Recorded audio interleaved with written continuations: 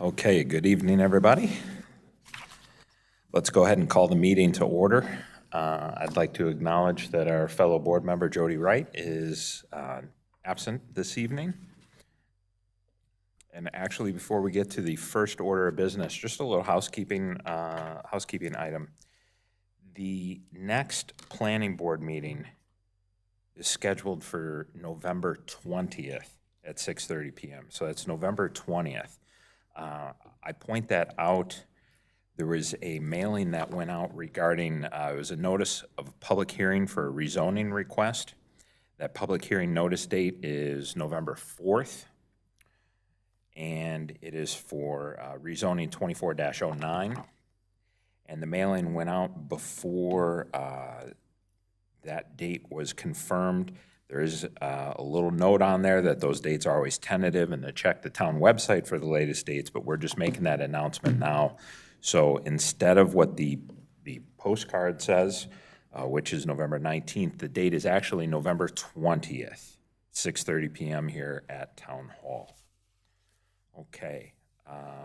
First order of business, if we could consider the approval of the September 24th, 2024 regular meeting minutes.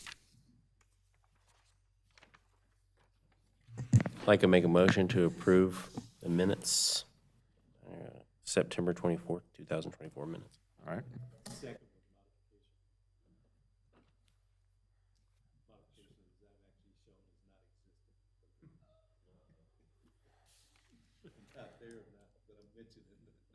And you were there indeed. Yes.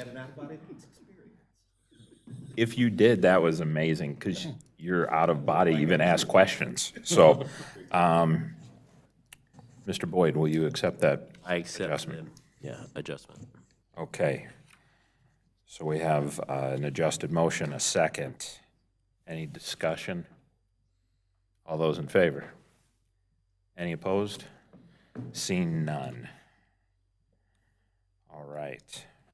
For public comments, we do have one speaker tonight, Ahmed Carbo. If you would, come on up. You will get 3 minutes, and I will let you know. We'll make sure that we got the timer working. Oh, we're cheating them already?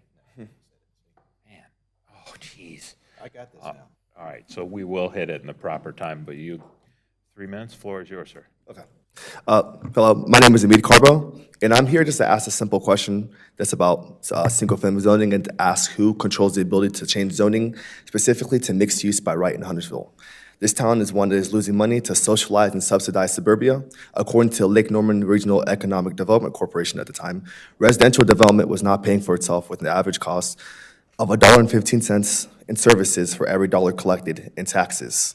Suburbia is pretty much, it's financially unsolvent. We need, every study that we've done here, including from places like Urban 3 with federal dollars, from places like Central Lina as well, have recommended that, we go to mixed-use developments and transit-oriented design. And, places like my home, where I live in Huntersville, single-family houses are taking more, in service than they're providing residential taxes. We're obviously losing money for funds for, things for like my generation and future generation alpha. We won't have funds because we keep socializing these houses. So, I'm just asking who controls the zoning here that we can, change mixed use by right.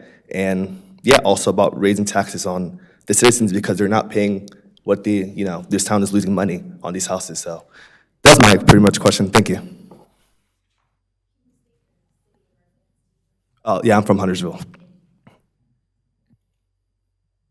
All right, thank you, sir.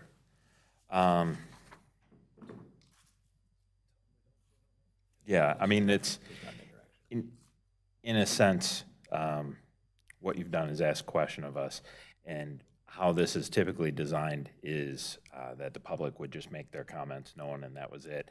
It's typically not a dialogue. What I would say, though, is if you want to sneak to the back of the room, there's someone that's already got some information for you, and that'll, that'll take care of that. All right? Brian, Absolutely. Brian, Thanks so much. Brian is waiting for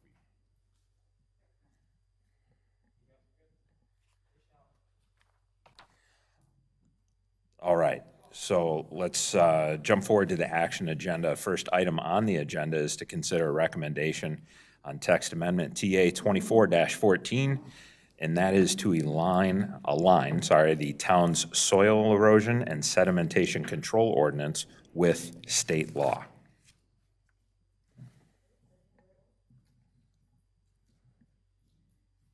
Tracy?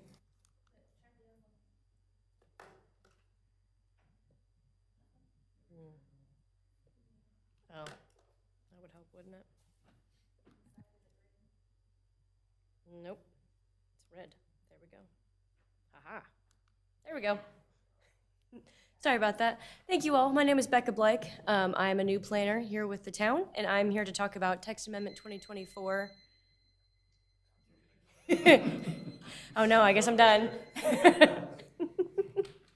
And this is an amendment to the town soil erosion and sedimentation control ordinance, which is housed within the town's code of ordinances to align with North Carolina state statutes 2023-108 and 2023-142. So North Carolina Session Law 2023-108 made multiple changes, but the one that is applicable to Huntersville is regarding permit transfer. So it basically just allows for the transfer of ownership for a permit to a different entity. A lot of times that happens in development through the sale of a permit or something like that. So Article 153 of the Town Soil Erosion and Sedimentation Control Ordinance is what will be amended to reflect Session Law 2023-108. And the updates below, you can see are all the articles in 153 that are going to be amended. You can see listed below. This text amendment is also to put us in compliance with Session Law 2023-142, which is in regarding at-risk building permits. Article 153 of the Soil Erosion and Sedimentation Control Ordinance will be amended, and then Article 153.11 is what will be updated to reflect this. Our recommendation is to approve this text amendment because it makes us compliant with North Carolina law, and the town board will take final action on this November 19th. I'll take any questions you may have for me. All right, would you care to enter your staff report into the public record? My apologies. Yes, I would like to enter my staff report into the public record. My apologies. That's all right. Any questions for staff on this? Yes, sir. At-risk building permit, what exactly, how would you define an at-risk? Your previous slide? Yes, okay. So I have, here we go. So this is straight out of the session law. So it just basically allows options that are available to an eligible building permit applicant that requested, and it has a whole section of things. So a local government must issue an at-risk building foundation permit if the local government determines an applicant has submitted all necessary plans, blah, blah, blah, all of that good stuff. Jacob, would you like to say anything more official than what I just said?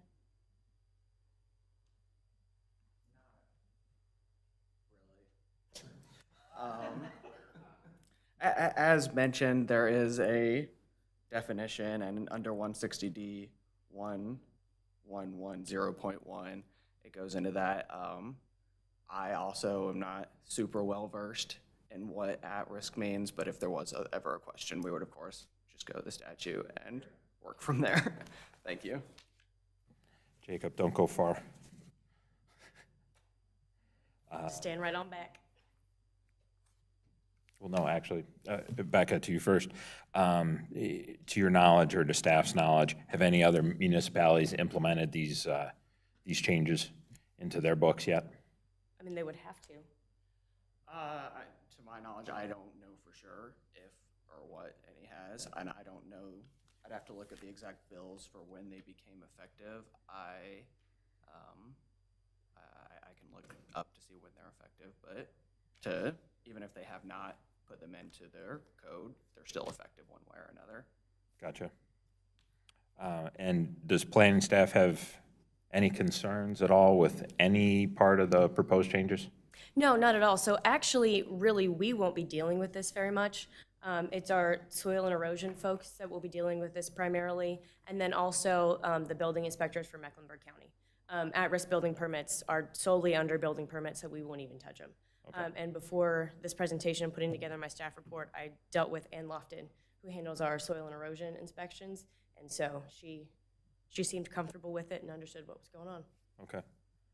And Jacob, with respect to legal and your department's perspective on this, do any of the proposed changes create any concern or legal exposure for the town? No, not to my knowledge. I think for the most part, they were pretty clean and clear. Okay. And something I meant to say, and I apologize, was that none of these changes actually affect our day-to-day operations. Okay. Any other questions for staff? No? All right, in that case, I'll accept a motion.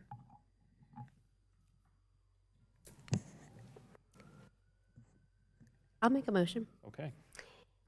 In considering the proposed amendment TA 24-14, the planning board recommends approval based on the amendment aligning with the town's soil erosion and sedimentation control ordinance and being compliant with the state law. Second. All right, we have a motion, we have a second. Do you need it is reasonable in the public interest? I- I don't think so. You know, on a text Yeah. amendment, well, all right, that's a fair question. I don't know. Now that I think about it, in the past, even when it's a text amendment, I can amend it. and when we do, so I guess I will say this, if you would be comfortable, please amend your motion to include it is reasonable in the public interest, and for text amendments in the past that it's been for state law, you have not had to cite something, to my memory anyway, in the 2040 plan. No, you It didn't. would just simply be to bring us in line with current state law. So I'll amend it, and instead, I'll say, in considering the proposed amendment, TA 24-14, the planning board recommends approval based on the amendment being consistent with the town's soil erosion and sedimentation control ordinance. It is reasonable and in the public interest to amend the zoning ordinance because it will be compliant with state law. Yes, and I second that. Okay. All right, any discussion on that? No? Okay, all those in favor? Any opposed? Seeing none, that motion carries. Thank you.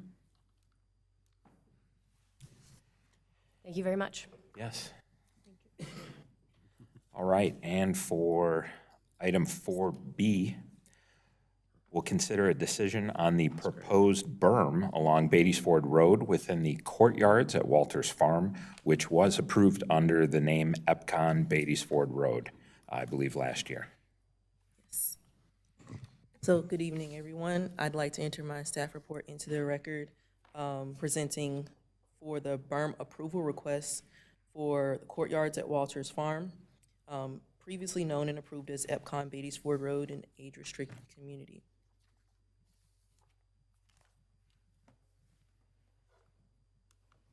Okay. So, per Article 7.4.2G, berms in the proposed location must obtain approval by the planning board. The image on the left of your screen is a context map showing the subdivision area in the hatching.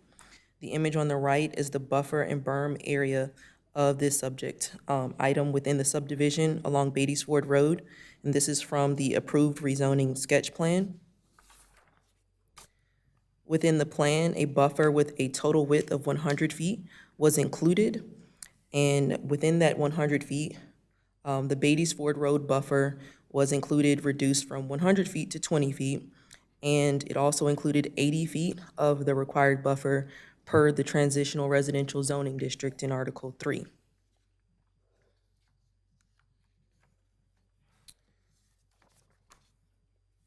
On the left are the criteria for this proposed type of berm per Article 7.4.2G. On the right are images from the berm documents. Staff have evaluated the proposed berm plans with the criteria. We provided feedback for the plantings to be included in the circled area, and the applicant has agreed with that comment. Overall, staff find the criteria to be satisfied. We're happy to take any questions before your decision. Thank you. All right, thank you. Any questions for staff on this?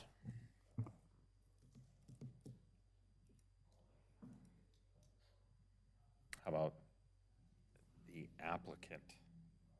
Does the applicant want to present anything, or you just want? Okay, I kind of figured. Are there any questions for the applicant then?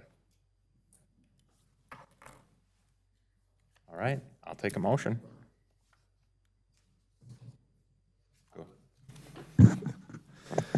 Let's see. In considering the proposed berm in a landscape easement for courtyards at Walters Farm, the planning board finds the proposal as generally compliant with the town of Huntersville's requirements in Article 7.4.2G for berms along thoroughfares in a landscape easement adjacent to residential development devoid of existing vegetation or vegetation not worthy of preservation. Conditions for approval would be the minor staff site review comments are addressed. It is reasonable and in the public interest to approve the berm along Beatty's Ford Road for the courtyards at Walters Farm development because the berm is consistent with Article 7.4.g of the zoning ordinance, the landscape buffer requirements for the transitional residential zoning district, and the approved rezoning R2307. Second? We have a motion, we have a second. Any discussion? Anything that you want to say about your motion, or? Okay, fair. All right, seeing no discussion, I'll go ahead and take a vote. All those in favor of the proposed berm? Any opposed? Seeing none, that motion carries unanimously as well. Thank you. All right. Moving on to other business, of which there is none. So that already brings us to motion to adjourn. Can I get one officially? Motion Make a to adjourn. To adjourn? Second. All right, all those in favor? Any opposed? Chris, do you want to vote, or? No. I mean, I want to vote, yeah. Yeah, okay. I was reading, sorry. All right. That passes, and we are adjourned. Have a good night, everybody.